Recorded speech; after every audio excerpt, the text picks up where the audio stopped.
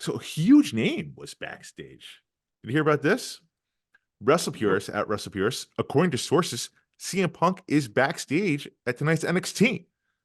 He's been hanging out throughout the day and has also been giving talent feedback on matches this evening. That was originally reported by Fightful Select. Good to hear about CM Punk, man. Taking a locker room leadership role, something you don't quite often hear with him recently. How do you think CM Punk could help with NXT and the talent back there at this stage of the game? Every way possible. Every check mark that needs to be checked, he'll checks in-ring work, promos, character development. He has everything. He's a huge asset to NXT. This is a huge one of the positives of him being in the WWE. He has an outlet to train the next generation. Something I think he mentioned being curious or interested in doing. Now here he is doing it. Seen pictures of him training at the Performance Center with these young, we got Cora Jade and Nikita Lyons, Roxanne Perez. It's a huge asset. Huge. Not only is it a huge asset for WWE for multiple reasons, now it's a huge asset for the next generation in NXT. And good on them for doing this, and good on him for willing to do it. That is, shows his maturity.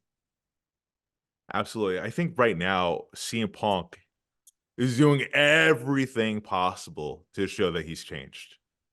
Right? With the "I'm home" speech, with the it seems like he has made some amends or made an effort to make amends with people in the back from reports that have been leaked out about this.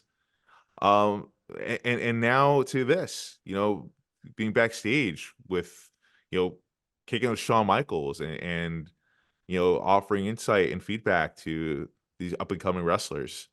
CM Punk, if he wants to live up to the moniker best in the world, and I know to some that's debatable, but this is how you do it. This is how you carry on that legacy all throughout being the best in the world. Kind of like what Shawn Michaels said, to me, is the best in the world. Ring on a mic, and now to this, leading to the future generation. That's how CM Punk can surely cement himself as best in the world. Look at Ebenezer Scrooge. 'Tis the season, right? The richest man in the world at the time.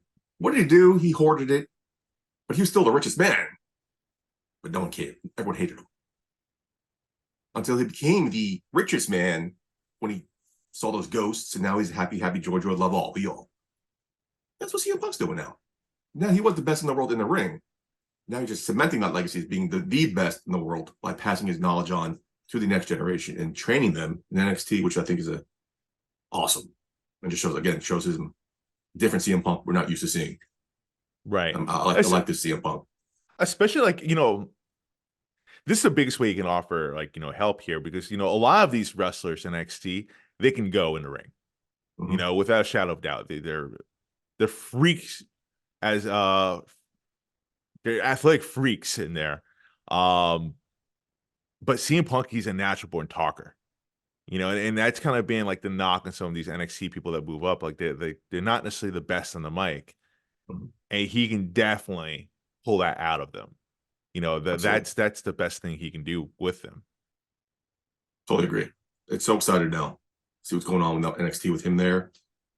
Back to the promos like you mentioned. It's good for him, man. It's just so excited to see that. I'm just still shocked. I'm not used to the CM Punk. I'm so used to this animosity towards him.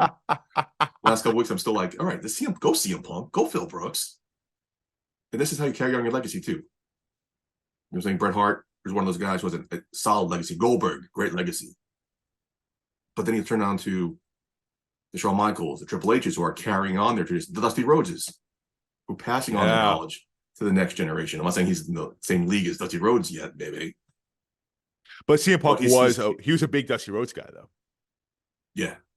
So if he can continue teaching the next generation, that's how another way he can extend his legacy going forward as the best in the world.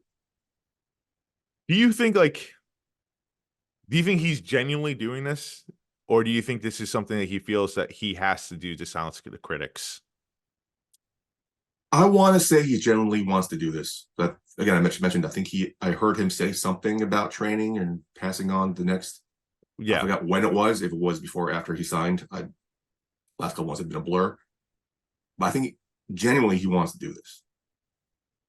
And I want to believe it's genuine. I want to otherwise. believe it's genuine too. Yeah.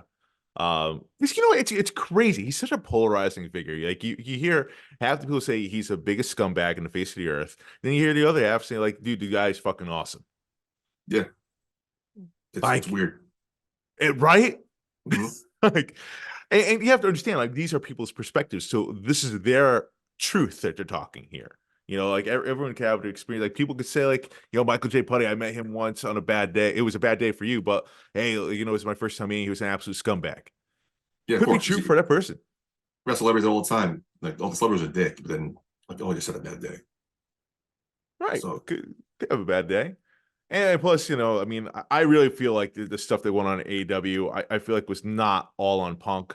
Yes, he bears some of that, but like it's not all him. I think he's been vilified by a lot of the fans as a villain in this. I think there was no good guy in this personally. But no, moving plus on here. you have this young guy, I hate to cut you off, and Jack Perry going for advice, and he tells you don't use real glass. And this fucking guy just throws it back in your face. That's disrespectful, especially as a locker room leader, some guy who wants to spread his knowledge to the next generation. Then that blows up. Tempers got heated. That's just again, that's not on him totally. I think it's a whole cluster fuck up situation. There's a whole clusterfuck stuff. Apparently, the whole London trip was like a shit show regarding CM Punk leading up to it.